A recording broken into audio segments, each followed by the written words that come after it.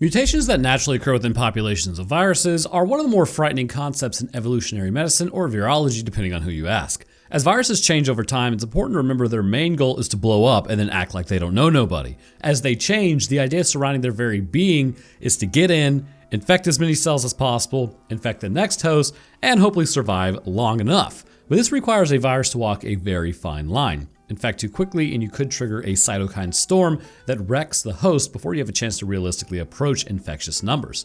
Spread too slowly and the immune system will have time to track you and take you out, ending you before you get to the next host. And yes, I know I'm personifying viruses, but this is the easiest way to think about it. Don't kill my vibe.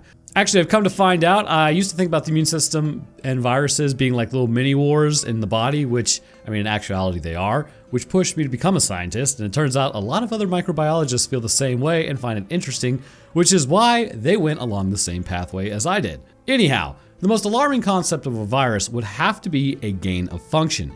Gain of function is essentially when you apply certain selective pressures in the environment that can then cause a virus to change along with the desired lines that you are looking for. While many people are aware of this now, the reality is it's not necessarily all bad, depending heavily on who you ask. And today's topic is no different, depending on who you ask if it's good or not. So anyways, as a merc is sent out to track down a woman, it becomes apparent that she is carrying something that is stated to be one disease, though it definitely appears to have an R naught way higher than it should, or really of anything that we know of. As then she catches up with her, a path of destruction lies behind her, blowing Typhoid Mary out of the water. So in today's episode, what is this disease, how did it mutate, and what are the effects? Let's discuss that as we cover new life in this episode. But before moving on, I want to thank you guys for watching. I'm attempting to hit 1.25 million subs in 2025, and that is not looking good. So if you want to help towards that goal, that'd be great.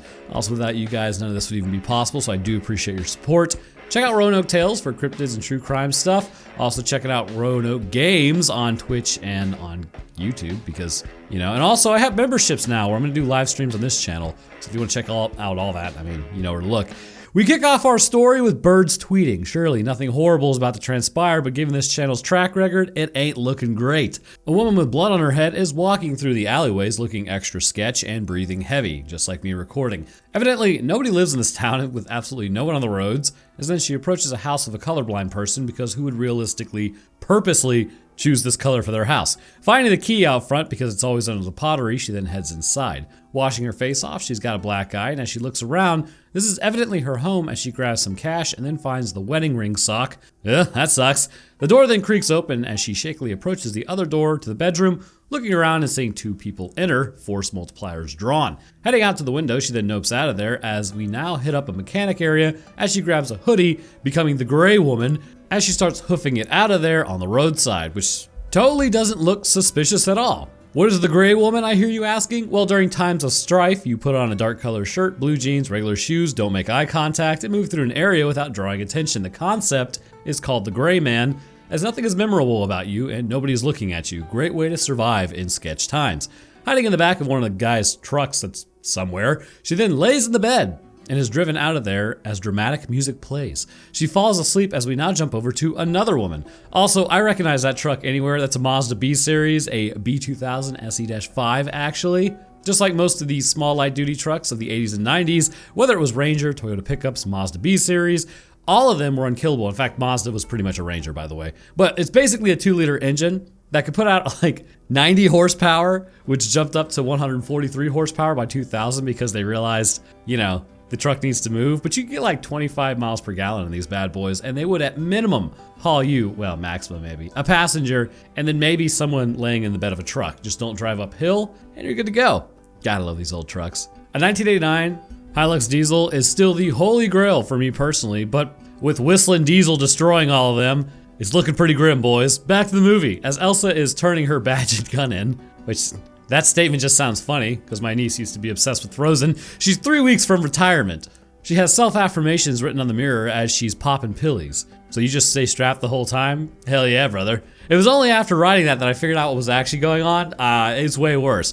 So she folds some laundry, she gets a knock on the door. When you order Dr. Loomis from Temu instead of Amazon, has brought her some alcohol at 9:20 in the morning, as he says he would love some coffee. Thanks for the wine, I suppose. As she limps it to the kitchen, she claims she pulled something in her leg. Some dude named Sal calls her, as Wish version of Loomis, sees that she's getting a call, but he's like, hey, a contract came in 6 hours ago. Her hand appears to be having neurological issues resulting in twitching. The subject is heading towards the border though, and they cannot let her cross. In a random warehouse, a guy sets up his World of Warcraft rig as the gray woman wakes up to the truck stopping. Well, I guess it's a good thing the guy's driving cross country or something instead of, not. Serendipitously heading north instead of just like back to his house a few miles away. Getting in the truck, she then jacks some of his stuff as he's blowing up the bathroom along with a map, taking a really long time if your intention is to rob the guy here. So he comes out, right? He has a direct line of sight from the bathroom door and somehow doesn't even see her stealing. It's wild. The first thing I do as soon as I get out of rest stops is immediately make sure nobody's like skulking around my vehicle.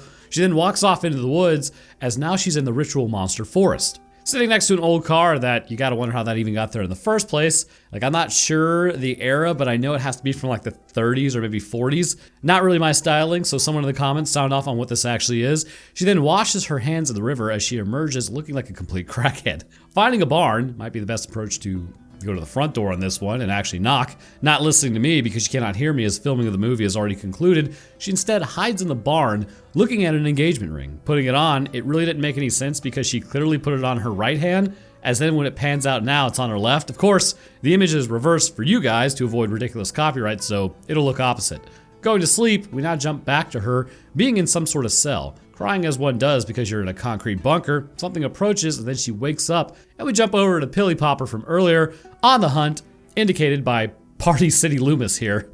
She then looks at random garage door openings near a shop. She is really checking everywhere, I suppose, as World of Warcraft squad goes hard on the raid in their random warehouse. They then find footage of her jumping into the truck. The guy whose truck that was, I guess, there lives in South Dakota as this gal's hand then starts spazzing out once more. Back in the barn, the gray woman then puts up the sacks and leaves the barn heading outside. Looking around, she sees no one as then she raids one of the sheds for food as the owner comes in, seeing her steal his soup. She says sorry and puts the soup back, and he says his wife is making some breakfast and tells her to come inside. I don't know, man.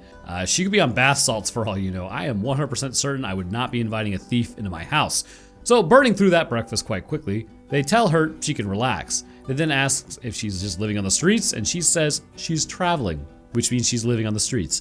She is headed north, as then they ask if that's where her fiance is. She says he's not up there. Seeing bacon left over, the farmer then grabs it as the gray woman heads to the bathroom and she starts looking through their pills. Yeah, definitely wouldn't have let her into my house. She also puts toothpaste on her teeth, mainly because I'm sure after a few days your mouth tastes like dragon ass. So coming out, the gray woman then says she's just gonna skip the shower, no idea why, and then just hit the road. Indiana Jones is out there working on his truck as the gray woman says she's headed to Portview. It's on the border. You may be wondering how I knew he was a farmer this whole time. I guessed. That's how good I am. Gray woman then asks about what happened to the horses as he asks how she even knew about his horses. He said the horses take a lot of work and he's getting old, so he had to sell them a few years back. Closing the truck hood, the gray woman then asks why is he even helping her. He says freedom of reinvention built this country, so why stand in the way of that? Hell yeah, brother. Starting their drive, she then passes out before waking back up with the road just straight ending. He thought he was dropping her off somewhere like at a girlfriend's house as he tells her there's a bag in the back packed for you with a jacket, blanket, and some food. Bro, nothing better happened to Indiana Jones out here. I swear to God. He then says she can come back and stay on his property as he starts coughing as she says she needs to get going. He tells her to take care of herself as she starts her walk into the wilderness. Sometimes you just gotta let somebody walk off their own cliff. Jumping back over to the other woman, she's doing yoga and sit-ups. Tripping over her foot, she then slams her head on the table. That's a pretty bad one. That's like you need to go to the hospital for that one. Okay, you know why you need to go to the hospital for that? I'm gonna go ahead and tell you. When you get older and you hit your head, it's not like when you're younger and hitting your head. Your circulatory system within your brain loses its elasticity, and you would not believe how long it just took me to remember what that word was. Anyways, instant for you guys, literally about 3 minutes for me. So moving on, basically the circulatory system in your brain loses its elasticity. So when you jolt your brain like that, you can easily tear blood vessels in your brain. My late former mother-in-law essentially had her father like bump his head against the wall one morning, and that's all it took. So especially as you get older, you need to go like basically get that checked on if that ever happens to you, because it starts getting really easy to tear blood vessels. So she puts her force multiplier down, pops her pills, and gets upset. I'm guessing it must be some sort of neural degradation of sorts. Multiple sclerosis, perhaps? I'm not really sure as of yet. The man Sal's been calling finally gets through to her as they talk on a video call. Moving the camera over to another woman, talking is difficult for her. This woman is further along in her disease. She has ALS, and she is told she will mourn her old life. And man, that is rough. So you may be wondering what ALS even is in the first place. Known as amyotrophic lateral sclerosis, this disease is fairly insidious for several reasons. The first one being that we do not even actually know what fully causes it. To some degree, it looks like there are mutations in specific genes such as SOD1, FUS, and C9orf72 that have been identified to run in certain families that are kind of predictors of ALS. However, in others, there is no history in their family, no real genetic cause to point to that appears to cause it, so the thinking is it must be something more environmental. Exposure to chemicals, toxins, or heavy metals has shown to increase the risk of developing ALS, but even with that, we are not 100% certain anymore what is really even causing it. You know, what's even more disturbing than that is, the nanoplastics and microplastics everybody's been talking about for a while now. Well, we haven't really solved that problem, and we're starting to figure out that when they do like autopsies on people, you can actually find enough plastic in 30 to 40-year-old brains that would basically create a spoon, like one of those sporks. So that can't be good because we don't even know what it really does. Like, we don't know plastics, how they interact. Are they leaching into our systems, causing more cancer? Are they just completely inert? Horrifying. I'm telling you this, not that you could do anything about it because it's already, the nanoplastic's already in the water. So it's like, what are you gonna do? Not drink water? Good Lord, we are screwing up bad. In fact, actually, they say that if humanity ever goes extinct and another species arises after us or can do archaeology and find out where we are, the Holocene era is gonna be basically denoted by layers of plastic. Anyhow, so some studies have actually shown that if you were in the military, which I have to go inform the girlfriend about that, smoked or have had head trauma, I have to go inform the girlfriend about that one. This could also lead to it developing later in life. Of course, if you're in the military, it's very likely everything on this list you've been exposed to at one point or another, so just take care of your body past this point is the best you can do. But what we've seen for the most part is maybe it's oxidative stresses that appear to play a role in developing it, along with like a glutamate excitotoxicity and protein aggregation. But it's also seen in those who have this, they never develop ALS, but the effects are unmistakable. It may start as a slight tremor in the hand or numbness in one limb, but over time the motor neurons that innervate the muscles moving them become damaged. This should not be confused with multiple sclerosis, which is when the myelin sheath gets attacked by the immune system typically, which means it's an autoimmune disorder. In ALS, the actual motor neuron itself is destroyed. Now, the myelin sheath can be damaged, but this is considered secondary to the actual death of the motor neuron. Again, it'll start as numbness, and then typically progresses into the inability to walk. And as time passes and more motor neurons are destroyed, breathing may become more difficult and talking becomes impossible. Eventually, it results in the complete transformation towards becoming sessile and unable to move, which at this point, once that is reached, the body begins having issues because we are not designed to stop moving for long periods of time. Typically, this will result in the end of the person not too long after. Now, while we do not know with absolute certainty what the cause is, it should be known that there are medications that can help slow the progression of the disease, and an active cure is always being worked on, as with most diseases, but it just depends on timing, really.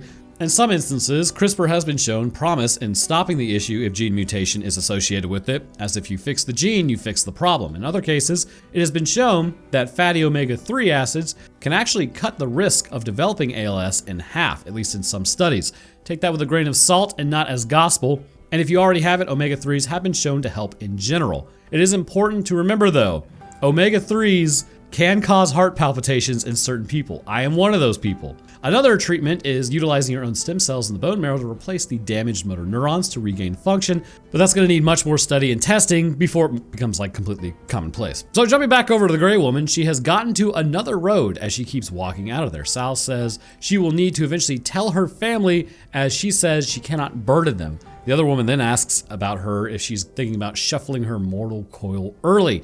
She says that's just vanity. Elsa keeps listening to the same song over and over again, which I've always noticed in these movies, like they will take the least popular song because it's the one that's the cheapest, and they'll be like, oh, a person was definitely listening to this over and over again. And it's like, I'm sure they were. So they discuss the gray woman, how she could be over 100 miles away at this point, and if the gray woman hitched a ride, there could be other subjects of interest. Indiana Jones, no! Jumping over to a memory, as she eats Chef Boyardee, she's with her boyfriend playing cards. It seems terrible. They're drinking and enjoying life. As they do, a dog shows up, and she approaches the quadruped as the boyfriend says the dog could be feral, which is rather unlikely. They're usually terrified of humans if that's the case, like most other animals. They're right to fear us, you know. He then says they should just let it be. Turns out this would have been the absolute move, so as they go to bed that night, the dog is now ingrained with them, as the Grey Woman then wakes back up for the next morning. Continuing her hiking extravaganza, it's all beautiful forests and icy cold water and not getting caught by the government. Walking through these small towns, Elsa continues to deal with her own problems of ALS, and over at the World of Warcraft bunker arena, her coworker then talks to her about how he spends more time talking to her on the phone than he does with his own wife. What a life. Looking at her wall of possible locations for the Grey Woman, they then discuss how the line of work they have means they don't have a life outside of it. The dog is taken out in one of the pictures and has most definitely dropped, and at a random bar, a woman then cleans off the bar top saying they open in an hour as the Grey Woman comes in. Wait. So you're telling me all that glass was left out all night? What kind of bar is this? So the Grey Woman is looking for work, as then she asks for a job. Have you ever noticed the trope?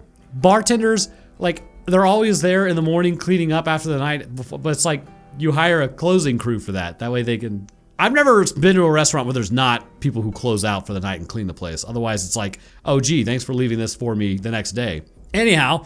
the Grey Woman is looking for work, so she asks for a drink instead as they open an hour, pouring 2 doubles. It is 8:34 in the morning. They knock it back to a new life. He said it. As then she says, well, there's a mop in the back and a fresh pot of coffee. Apparently drinking was the interview process as they shake hands over the new temp position.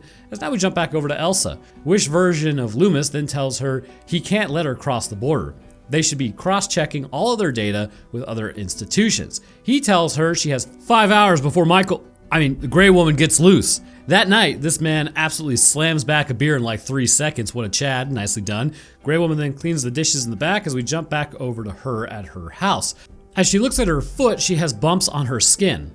As boyfriend material then checks under his shirt, he is absolutely covered in the same bumps. Yeah, time to go to the doctor. Bringing Grey Woman back too, the bar owner then asks who she's running from. Husband, boyfriend, wife, who could it be? The bar owner then says her husband is a mean drunk a few towns over. She then hands her a shot, as then she takes a shot after her, which I'm guessing is going to be a problem. So they drink to their depression, as apparently liquor allegedly heals all wounds. I don't know about that one, Chief. In fact, I do know about that one. Time for some Papa Roanoke advice. If you're ever dealing with something soul-crushing, as we will all experience at some point in our life, it's only a matter of time, really. I mean, it's the nature of the beast.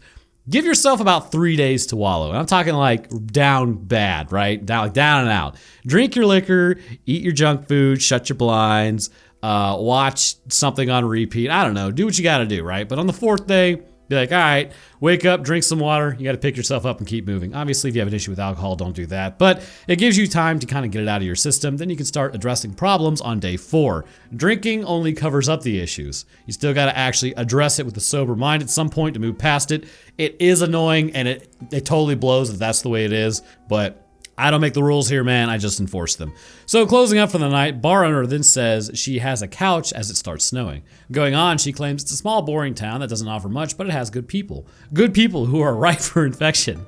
She then says she has the ability to hire a mediocre bar back if need be. Grey Woman then says she wants to see the world. Not ideal. Need a container before she infects the whole planet. Jumping back over to Elsa as she attempts to put on her shirt, she's beginning to have issues. And dude, neurological problems are horrific. St. Patrick's Hospital then called her about a patient with some symptoms. She gets the address as then she puts on her gear and locks and loads Brides of Christ before grabbing her cane next. Heading to the farmer's house, my boy Indiana Jones better not be flatlined in there. Grabbing her BSL-4 suit, she then enters the home, calling out for the owners. Finding nobody but evidence someone in there was having some problems, she says they are carrying a distinct strain of Ebola virus, which is open to interpretation as we will find out, but I'm pretty sure I understand what they were going for. The couple had called the hospital about flu-like symptoms, body hemorrhaging, which is in the sink, as then she sees someone outside not looking so hot. Walking out there, calling out to her, she then heads out towards the barn. As the camera pans around, Janie is gone. Heading towards the main bar, she then finds Janie taking a knee, not looking so hot. Looking over at her, her eyes are shot as then she shrieks at her. Elsa then pulls a force multiplier as Indiana Jones grabs her. She then domes him before attacking Elsa as then she gets shot, which ends Janie as well. So we're dealing with zombies then. Well, to understand this, we need to actually understand the virus that Elsa thinks it is. First things first, Ebola is absolutely terrifying. The Ebola virus essentially causes mass bleed out in your body that leads you to flatline, but the process is much more horrifying than just that. Ebola is contracted through bodily fluids contaminated with the virus itself. The easiest way for you to get this illness is to somehow get these fluids into your body, but the absolute simplest route is usually getting blood in your mouth or some of the fluids on your mucosa membranes, and that's as easy as getting bodily fluids into your eyes. Once infected, you have contracted a virus, depending on which type, that has a mortality rate of 80 to 90%. As you are infected, your body would have to fight back, but Ebola goes for the dendritic cells. Dendritic cells report slain microbes on the battlefield and bring them back to your B cells, so your body can determine the shape of the invader and then develop antibodies to them. With many dendritic cells infected, the body will no longer be responding correctly to this virus. This in turn allows for the virus to reproduce virtually unchecked, as lymphocytes will not order infected cells to be destroyed, as it does not even know the virus is there to begin with. But I can hear you now. Well, Roanoke, what about interferons? Yes. What about them? The Ebola virus will attach to surface proteins on your cells, and from here, internalization happens through the membrane and into the cytoplasm, where it will be enveloped in an endosome. Fusion of the viral envelope happens with the endosome membrane, which will then now release the nucleocapsid. And once in the cell, the viral genome is released, which then forms RNA molecules, helping to build more of the virus. This also has the action of actively blocking interferon production, essentially silencing the cell from yelling for help. It puts a hand over its mouth. It is crazy. By the time your body realizes there's even an infection, you are so absolutely saturated with Ebola that there's not much that can be done. And this causes several problems. First, due to the presence of Ebola in the blood, the macrophages start going absolutely ham on them, being that they are the innate immunity and they've just found a virus everywhere. Upon engulfing the virus, they will then release inflammatory proteins that in turn trigger blood clots to form. These will clot small vessels and begin starving organs of oxygen. They will also produce nitric oxide, which in turn damages the lining of the blood vessels. Fluid will begin to leak out, causing a massive reduction in blood pressure. And this is why the eyes, nose, and other orifices will bleed, as the body is quite literally leaking out of its circulatory system. As the blood pressure then sinks lower and lower and the virus appears to be everywhere all at once, the body will begin to panic, as it will not be able to deal with the threat quick enough, and it's pretty much overwhelmed. So as your body engages in the nuclear option that will usually result in your own end, a cytokine storm is unleashed, and this is for the main purpose of mobilizing the immune system, as they act as chemical messengers. They also trigger inflammation, fever, aches, and help boost anti-cancer activity by signaling to abnormal cells that they need to die. They basically bully cancer, which is totally acceptable. But the problem is, with this many cytokines flooding the area and the already dwindling supply of blood, this causes the body to overreact and activate the immune system to pretty much anaphylaxis levels. But it's taking place all over. As the immune cells respond, no doubt a lot of the Ebola virus will be killed, but the problem is the body that has already been ravaged by the virus is being further strained, and this typically results in the end of the person, as they will slip into shock. Treatment typically involves antiviral medications, rehydration, and the prevention of the cytokine storm. But even with treatments in place, Ebola still has a very high mortality rate depending on which strain you contract. I think it's Marburg is the worst one. So it is assumed this woman is traveling in the area as a typhoid Mary, except an Ebola Mary, infecting everyone along the way. So if you're unaware of who Typhoid Mary actually is, Mary Milan, who was born September 23rd, 1869, and died November 11th, 1938. She's known as Typhoid Mary. She was an Irish-born American cook who was believed to have been infected with typhoid and for some reason was asymptomatic and was able to be healthy. And she basically infected about 51 to 122 people with typhoid fever. The infections caused 3 confirmed deaths, with unconfirmed estimates as many as being 50.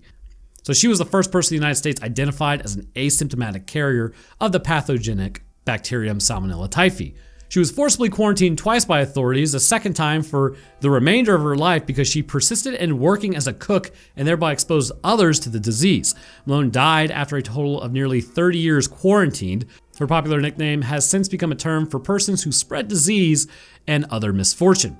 So back over a couple of the year, he is sweating like a whore on Judgment Day as his wounds are beginning to ooze, and pustules have begun to form. This is because as the virus has already caused blood vessels to begin leaking out into the skin, and the fine system of capillaries in the skin have already begun to be cut off from oxygen, leading to necrosis. Having called 911, they now ride in the ambulance as this guy ain't looking so great, and also, where's the paramedic back there with them? Pulling into some area, they then enter the darkness and the driver just kind of gets out. And then, like absolute geniuses, hazmat team members arrive, and rather than communicate the situation to them, they just grab her and drag her. So according to the text, the dog got out of the lab and then it got fleas. The virus then mutated. It was never supposed to escape. And the R0 is 35, which is higher than measles. Like, let me stop you there.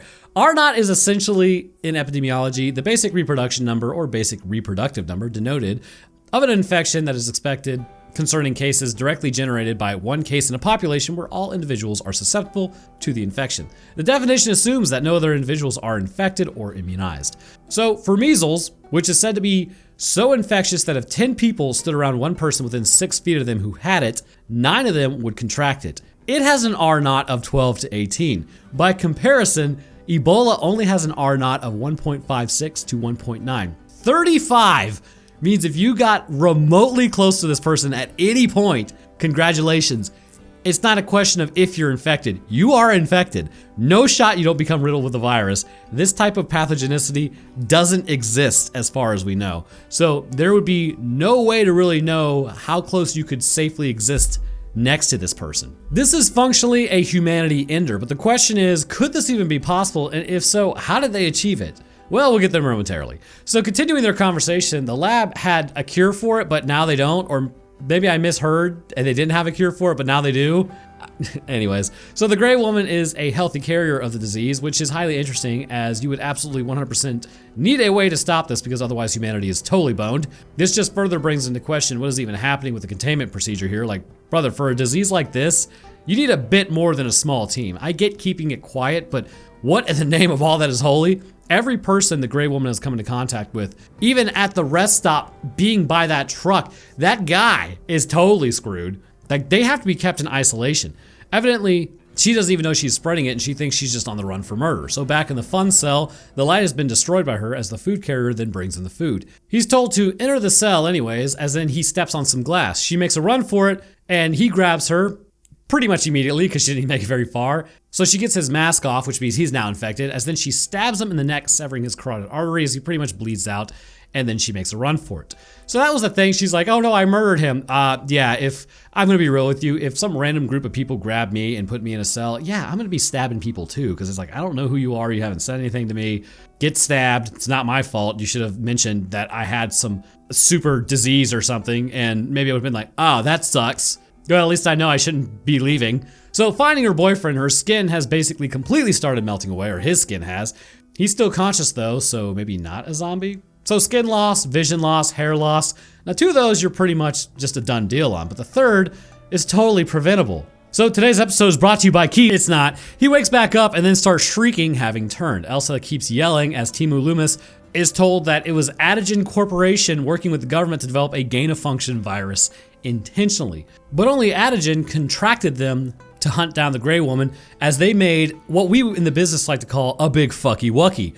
Elsa realizes she's working for a pharmaceutical company and not the government, specifically their research and development wing. That is why they have remained dark, as they need the link between the company and this super diseased woman severed. Sometimes we have to wonder in these movies, does life imitate art or does art imitate life? Elsa then says she's out as she's sick anyways, like with her own problems. Timu Loomis then says he's sorry, but that's why he sent her, because she's already sick. Wow, what a douche.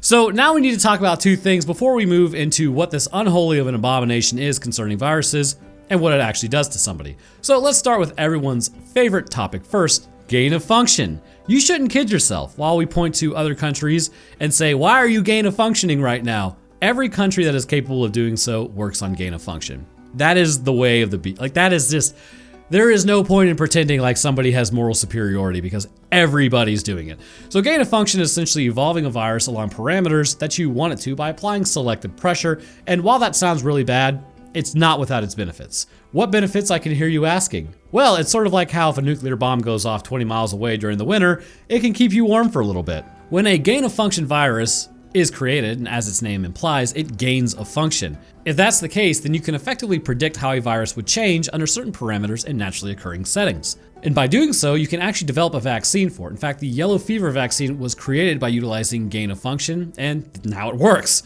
So as the virus ended up evolving, basically we were able to head it off at the pass, and look at that, we developed a vaccine to it. So to this end, there's most definitely benefits.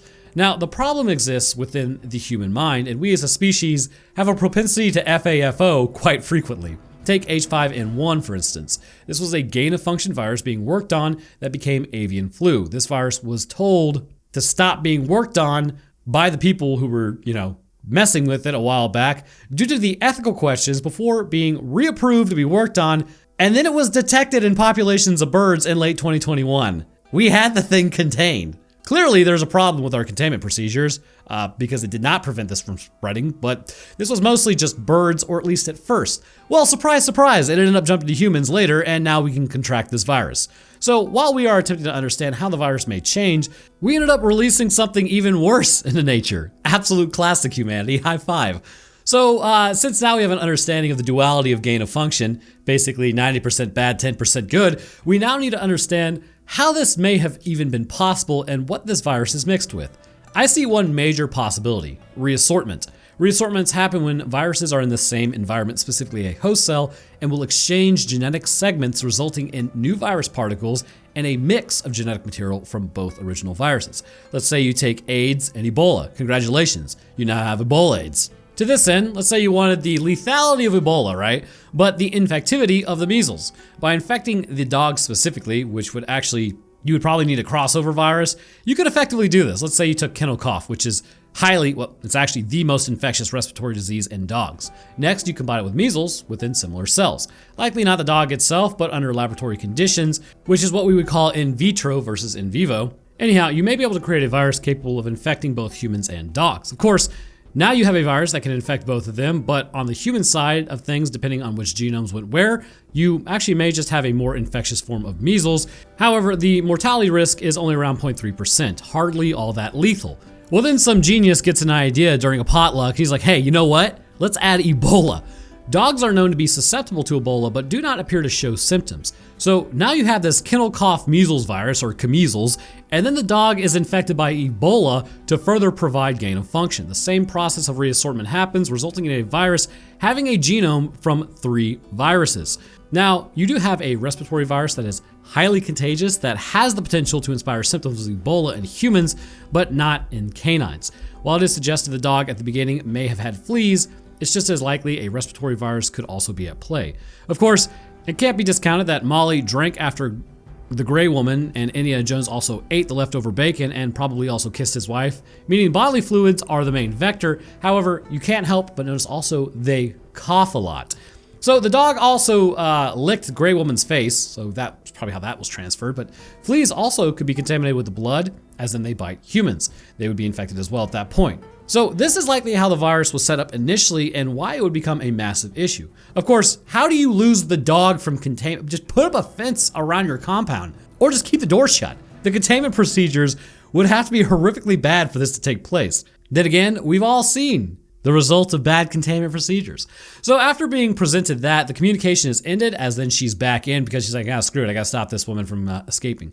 Gray woman gets dressed, as then she calls out to Molly, who doesn't answer. Yeah, because you infected her, you giant nerd. She can't seem to find Molly, which is the story of every raver's life. As then she goes and knocks on the door, TV static is playing as Molly is having trouble breathing in there. She then flatlines out as Elsa is shown the video from the bar showing that the gray woman is in the background. The bar is only about 5 minutes from Elsa's location. Vince says this is pretty suspect. Why would they not tell Canada about Ebola coming at their border? This is a big risk towards an international incident, so apparently he doesn't even know what the actual disease is. So as Gray Woman then walks through downtown, she then spots Dr. Mambo hanging out as Elsa then pulls up right behind her. She calls in saying she has visual on her, as Dumas then yells about not letting her out of her sight. Dr. Mambo is trying to escape as Elsa then locks eyes with the Gray Woman, totally blowing her cover. Yeah, that's not sus at all. So popping on a mask, she then makes her way out of her car. She follows the Gray Woman. Kind of hobbling, Elsa then calls out to her as the Gray Woman keeps walking. Pulling the force multiplier, she then tells her to freeze, but trips.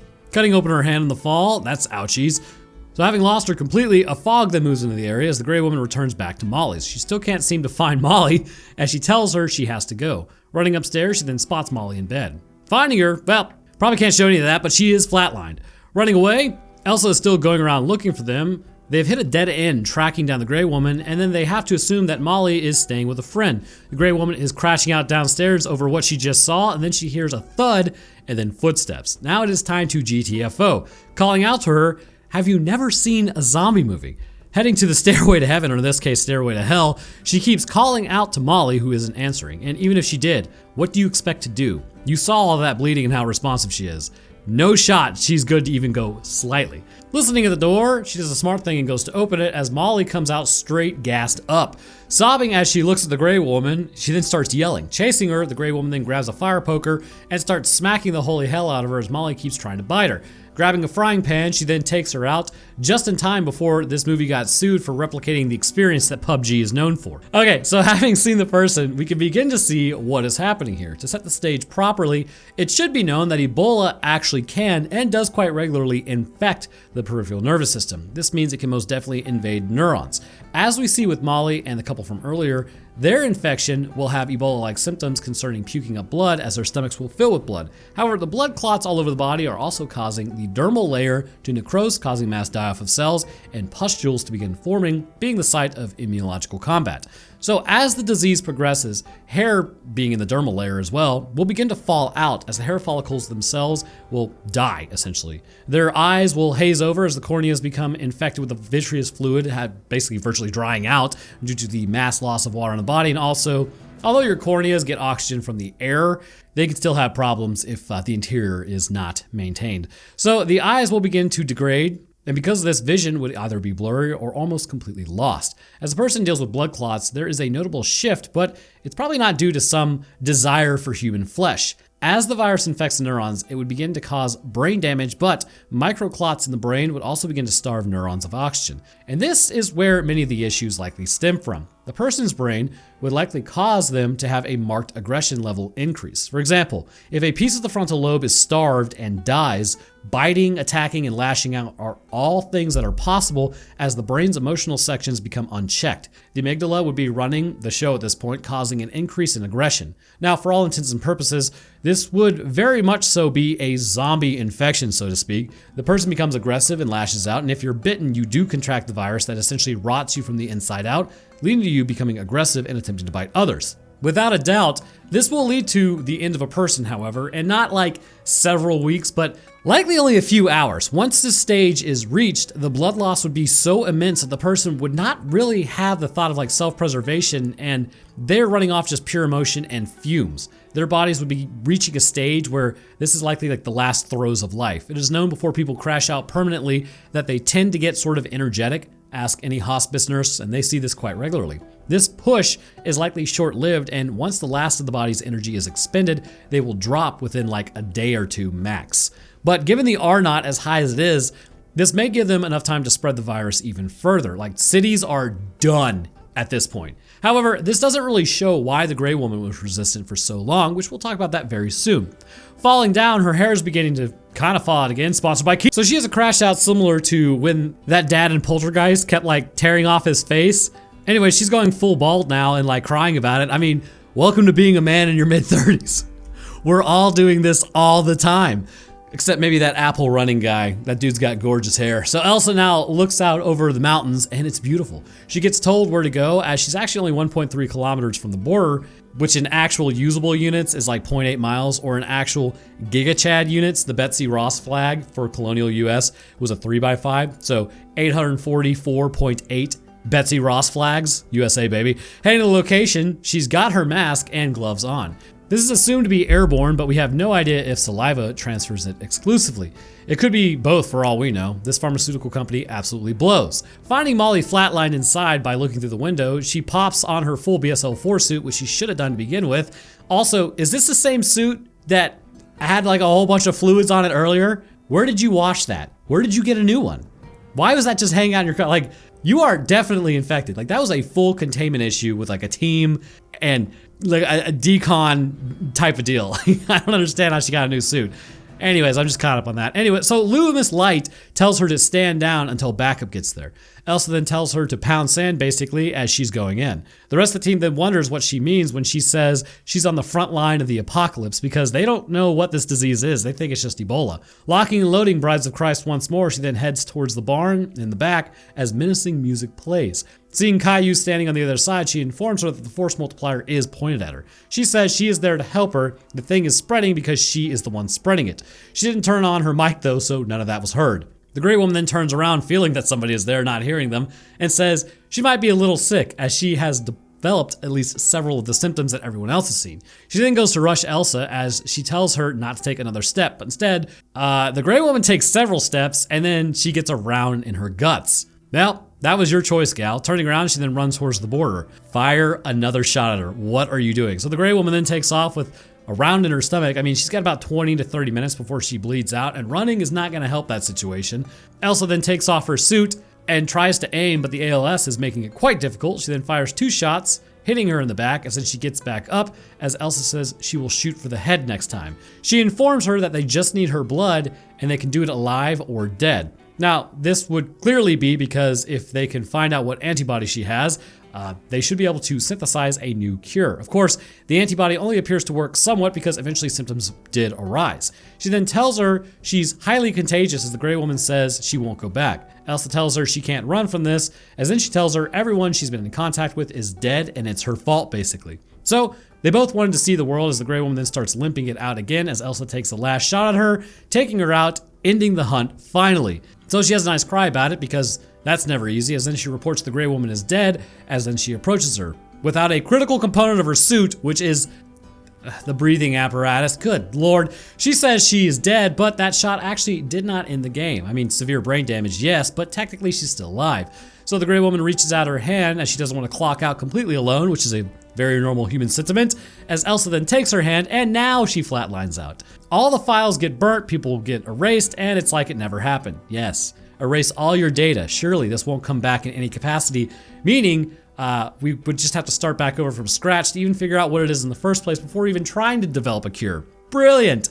Elsa now looks at herself in a mirror and sighs. There's not a force multiplier this time, as then she pops her medications to slow the progression. Hearing a knock on the door, she then lets in her caretaker, as he has brought her information on ALS. He grabs her hand and tells her he knows things are scary. He then tells her there's still a lot of good living left to do, even with the changes. He says that they should start with the stairs. He then starts coughing similarly to everyone else who's been infected, which, oh Lord, here we go. And thus concludes New Life, as we see the immune system at work and infectious microbes doing what they do, which is infecting. So finally, let's discuss the immunity issue. It's clear the Grey Woman was resistant, but not outright immune to the disease. But was it actually resistance? While this appears to happen within a week, it's clear the infection kind of hit her differently from the others. So how? I believe it may go back to the interferon response. For one reason or another, her interferons were blocked by the virus building up in her body. It may also be that since she was the first generation to be infected, patient 0, the virus is not as adept at infecting the human body. This is actually known as a wild type variant, the first form of the virus to infect, which can lead to many different outcomes. In this case, she was mostly asymptomatic. However, after invading the next human, the virus is more familiar and likely spread faster, and may have even lost the interferon disruption ability, as it was not necessary. As the disease progressed, it's clear the Grey Woman was producing the virus. She was not immune in any capacity. Her body just wasn't responding as quickly at first because this virus had a stranglehold on her interferon production from infected cells. However, with time, the virus built up rapidly as her body realized what was happening, which launched her into a cytokine storm phase, leading to a mass die-off of her skin and her hair also being lost. So even if they took her blood, they would find nothing. And this brings us to Elsa, however. It's clear she was infected by the Grey Woman and subsequently is going around infecting others. There may be kind of a thought that potentially this could be like a males versus females having different responses to illnesses, which is true somewhat in symptomatic presentation. The main being that, like, okay, so man flu, like I think a lot of women like to say it's not a real thing. It is real. It is big time real. The sex hormones from males cause us to respond more strongly to infections, meaning symptoms are way worse. The reasoning behind it is estrogen causes less of symptomatic response, making women typically respond to illness differently than males do. It could be that there's a case here women respond less aggressively because essentially pregnancy within females is kind of one of those things that your body looks at it actually as an infectious life form at first. So estrogen actually helps kind of lower that response or keep it primed to be lower so that our species can continue. But it doesn't really, none of this really explains why a woman from earlier at the barn was infected so quickly, or how Molly succumbed quickly also. And with Elsa being second generation infected, she is also in that same line. So this would mean she would technically have responded, or should have responded, like Molly or Jeannie. But this would also mean it may just really come down to a genetic profile. Some people have their interferons disrupted more strongly than others, which in turn still means they have the same outcome. I mean, Elsa does have an autoimmune disorder, so her immune system is already basically being taxed at this point. So maybe her body just doesn't respond as quickly. It also could be possible that Elsa was on a form of immunosuppressants, possibly hoping to slow the progression of ALS, even though it isn't technically an autoimmune disorder. But it's not really as satisfying, but it is known some people, when they get infected with Ebola, also have asymptomatic situations happen, or potentially they were infected with a similar virus that led to an immunity to keep the viral levels low until it mutated again within their cells, and then the body didn't really know what to do with that or how to respond, leading to the flat line that we have seen, which indicates at some point Elsa is going to experience the same fate. So it won't be her ALS that gets her, it will be this ebolaids that was created by this pharmaceutical company. All in all, I get why predicting viruses through gain-of-function testing is important, but like many other microbiologists, I'm gonna have to side with the line that we really shouldn't be screwing with that. I think our efforts would be better served breaking down the genome profile more to precisely identify what changes happen genetically when the virus mutates and then adjust from there. But I don't hear what you guys think. How screwed do you think humanity is in this list? Like, the R0 is way too high. We wouldn't be able to live within a mile of each other for like at least a year. Let me know down in the comments. If you enjoyed, then leaving a like would be great of you, as it helps get the video out there, and subscribing is also baller. I'll drop my Twitter, Discord, Patreon, Roanoke Tales, and Games link in the description. Check out my memberships for live streams later, but speaking of patrons, I'd like to thank mine real quick. First, I'd like to thank our astronaut, Army, and Tristan Kessick. Thank you guys for your awesome support. Next, I'd like to thank our astrophysicist, Death Dancer, and Feather. Thank you guys as well. And to my scientists, Code 23, Invictus Echo, Metric System, Official Text, and Stutz. And the victorious return of Chad the Enjoyer of Scientific Explanations of B-grade horror movies. I do appreciate y'all's support as well. And the rest of my patrons, you guys are ballers. Keeps everything running smoothly, keeps the lights on around here, so thank you. But all right, that's gonna do it for me. I hope everyone enjoyed, and I will see y'all in the next one.